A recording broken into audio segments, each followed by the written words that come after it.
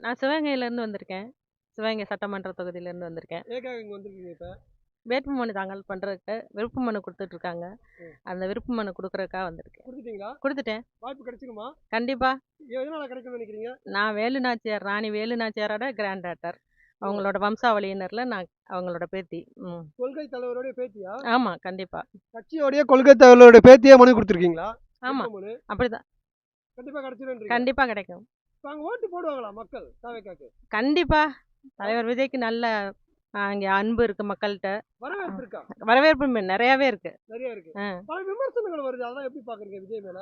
விமர்சனங்கள் வரத்தான் செய்யும். அரசியல் தலைவர்ல வராம இருக்குமா? வரத்தான் செய்யும். அதெல்லாம் கடந்து போலாம்ன்றீங்களா? கண்டிப்பா கடந்து போய் தான் ஆகணும்.